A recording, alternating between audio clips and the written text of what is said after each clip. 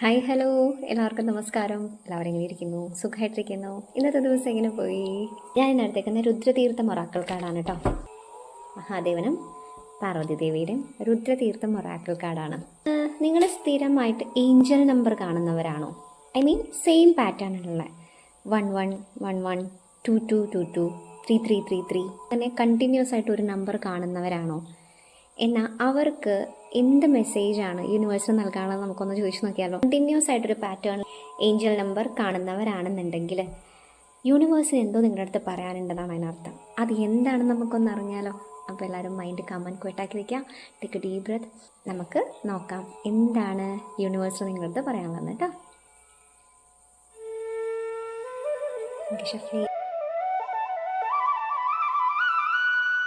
നമുക്ക് കാർഡെടുക്കാം.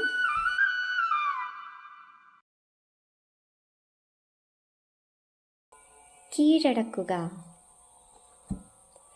നഷ്ടപ്പെട്ട പ്രണയം തിരികെ ലഭിക്കും. അയ്യോ, ഇതൊരു ലവ് റീഡിംഗ് ആണ് വന്നത്. നഷ്ടപ്പെട്ട പ്രണയം തിരികെ ലഭിക്കും, പക്ഷേ സംഘർഷവും കഷ്ടപ്പാടും വർദ്ധിക്കും. പലപ്പോഴും അനുനയിപ്പിക്കാൻ ശ്രമിക്കേണ്ടി വരും, കീഴടക്കേണ്ടി വരുമെന്നാണ് പറയുന്നത്. അറിയില്ല, ചിലപ്പോൾ അങ്ങനെ കണ്ടിന്യൂസ് ആയിട്ട് നമ്പർ വരെ കാണുന്നവരാണെന്നുണ്ടെങ്കിൽ നിങ്ങൾക്ക് യൂണിവേഴ്സ് അതായിരിക്കും നിങ്ങളുടെ അടുത്ത് പറയാൻ ഉദ്ദേശിക്കുന്നത്. നിങ്ങൾക്ക് കീഴടക്കേണ്ടി വരും. അതായത് നിങ്ങൾ ഇഷ്ടപ്പെടുന്നവർക്ക് വേണ്ടി നിങ്ങൾ ചെറിയ ചെറിയ എന്താ പറയുക വിട്ടുവീഴ്ചകൾ ചെയ്യേണ്ടി വരും.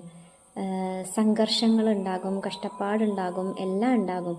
അപ്പോൾ അവരെ അനുനയിപ്പിക്കാൻ നിങ്ങൾ ശ്രമിക്കേണ്ടി വരും. കാരണം അവർ ഇത്തിരി എന്താ പറയുക, ഞാൻ പിടിച്ച മുയലിന് 3 കൊമ്പ് എന്ന് പറഞ്ഞ ടൈപ്പ് ആൾക്കാരായിരിക്കും ചിലപ്പോൾ. അപ്പോൾ നിങ്ങൾ കുറച്ച് സങ്കുചിത മനോഭാവം വെടിഞ്ഞ് കുറച്ച് കീഴടക്കാറെന്ന് പറയുമ്പോൾ സറണ്ടർ ആവാമെന്ന് പറയും. കാരണം നമ്മൾ ആ സ്നേഹത്തിന് മുമ്പിൽ നമ്മൾ സറണ്ടർ ആവാമെന്ന് പറയില്ലേ. അപ്പോഴുള്ള ചെറിയ ചെറിയ തെറ്റുകുറ്റങ്ങളൊക്കെ ഒന്ന് ക്ഷമിച്ച് നയിപ്പിക്കാക്ക് എന്താ പറയുക, അവരെ നയിപ്പിക്കാൻ ശ്രമിക്കേണ്ടി വരും, അവരെ കൺവിൻസ് ചെയ്യാൻ ശ്രമിക്കേണ്ടി വരും എന്നാണ് യൂണിവേഴ്സിൽ നിങ്ങളുടെ അടുത്ത് പറയാനുള്ളത്. അപ്പോൾ പാർവതി ദേവിയുടെയും മഹാദേവൻ്റെയും കാർഡ് എടുത്തപ്പോൾ തന്നെ അവർ ലവ് റിലേറ്റഡ് റീഡിംഗ് ആണ് വന്നത്.